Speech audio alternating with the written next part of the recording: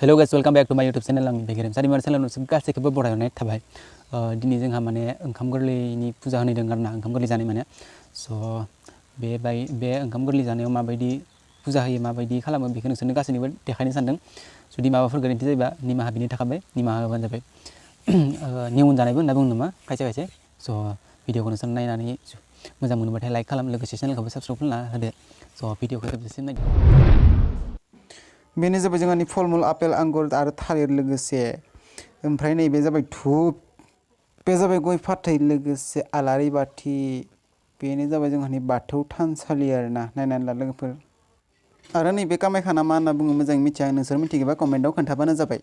जोंहानि फुजानि जगारफोरा गासैबो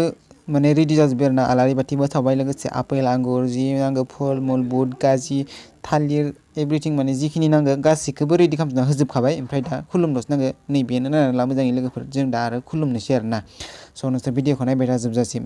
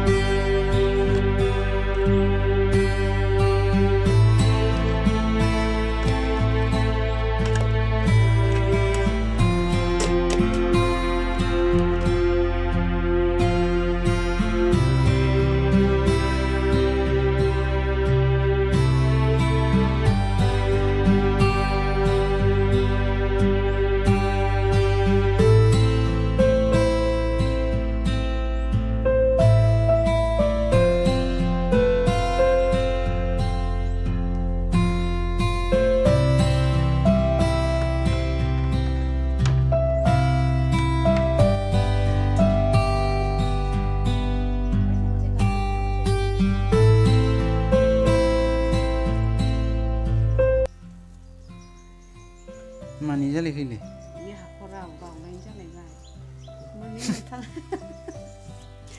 हाखराव बावनाय नै ओरै ओइ जोङो जेरै माबायाव होयो इखो दा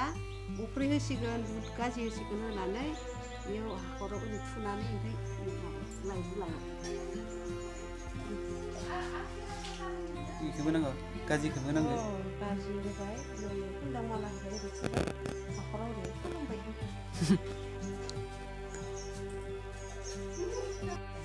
माइ बाथौखायसो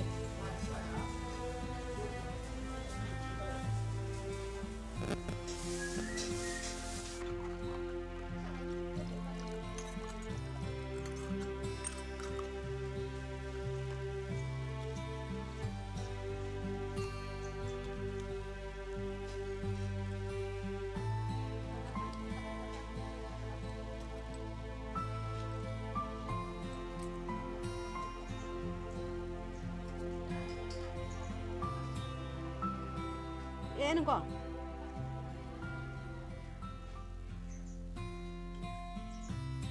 लोङो दे मानो लोंखाय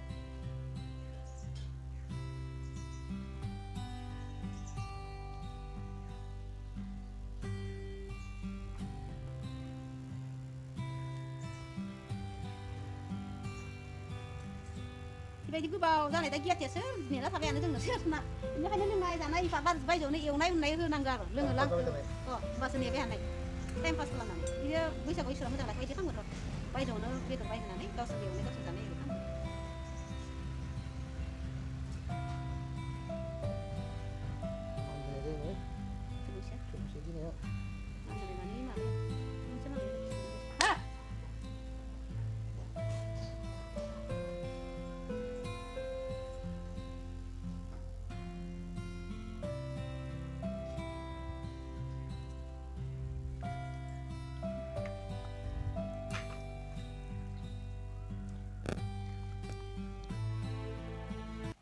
दानिया लोगोफोर जों जानोसै आरोना बुट गाजि ओमफ्राय सा लोगोसे ओंखाम गोरलै स' जों दा जानोसै बयबो न'खरनिया पुजा होखांजोब्बाय ओमफ्राय दा जों जानायनि स्टार्ट खालामलायनोसै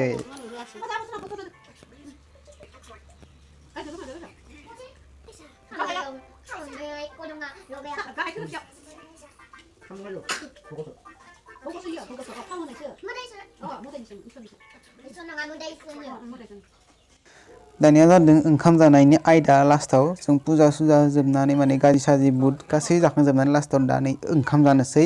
लोगोसे अनला ओंख्रिजों स' नोंसोर भिडिअखौ नायना माबायदि मोनखो कमेन्टआव खोन्थाहर आरो जुदि भिडिअ खालामनाय माबाफोर गोरोन्थि जादोंब्ला निमाहा होबानो जाबाय मानो होनबा आंथ' बारा रोंखाया नालाय भिडिअ खालामनो स' निमाहा हो आरोना ओमफ्राय भिडिअखौ नायनानै माबायदि मोनखो कमेन्टआव खोन्थाहर लोगोसे चेनेलखौबो साबस्क्राइब खालामना हो ओमफ्राय भिडिअखौबो लाइक खालाम स' दिनैनि भिडिअआ बेखिनियावनो आरोना एसेनोसै